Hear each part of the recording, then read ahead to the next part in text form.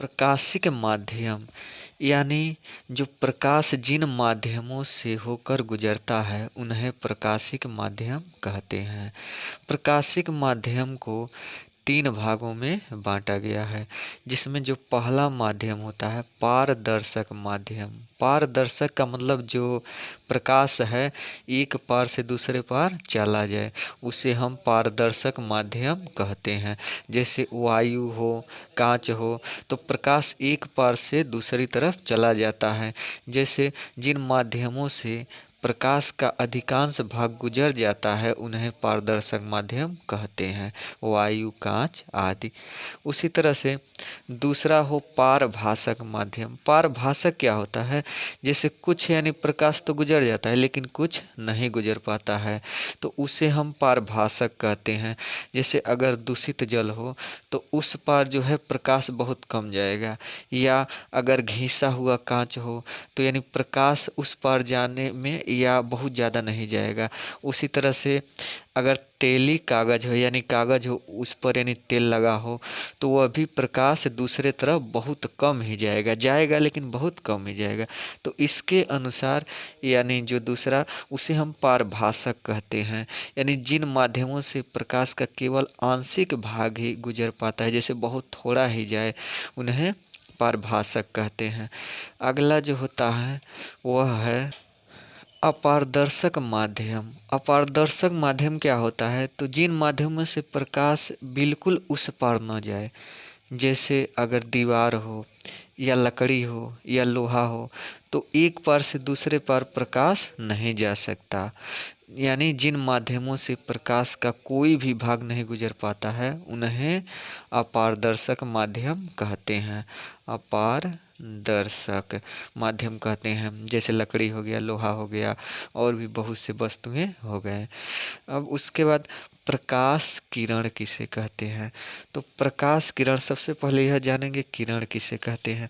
तो किरण उसे कहते हैं कि जो एक ही दिशा में चलती हो, यानी एक बिंदु से और एक ही दिशा में चले, उसे हम किरण कहते हैं।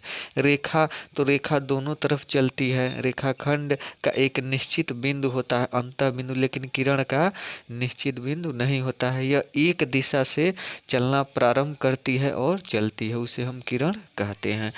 तो प्रकाश किरण यानी प्रकाश के किरण को चलने को जो यह बीच की दूरी होती है इसे हम प्रकाश किरण कहते हैं। जैसे जब प्रकाश किसी पारदर्शी माध्यम से सरल रेखा में गमन करता है तब प्रकाश के पथ को प्रकाश किरण कहते हैं।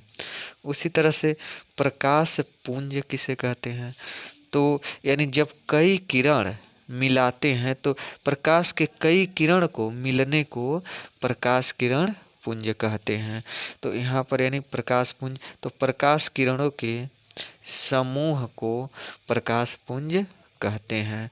फिर उसी तरह से यानी प्रकाश पुंज 3 प्रकार से बांटे गए हैं। जो प्रकाश पुंज हैं वो 3 प्रकार के होते हैं, जिसमें पहला है अभिसारी प्रकाश पुंज। अभिसारी किसे कहते हैं?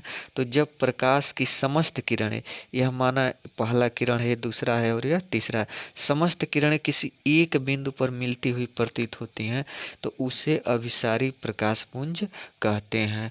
उसी तरह से अपसारी प्रकाश पुंज, तो जब प्रकाश की समस्त किरणें एक ही बिंदु से आती हुई प्रतीत होती हैं, यहाँ पर बिंदु O है और यहाँ से जो यानी प्रकाश की किरणें हैं तो निकल रही हैं और यह एक बिंदु से ही निकल रही हैं, तो जब एक बिंदु से ही यह निकल कर और सामने से देखने पर यह आती हुई प्रतीत होती हैं और वह बिंदु एक ही है तो उसे हम अपसारी प्रकाश पुंज कहते हैं। अब अगला जो है समांतर प्रकाश पुंज।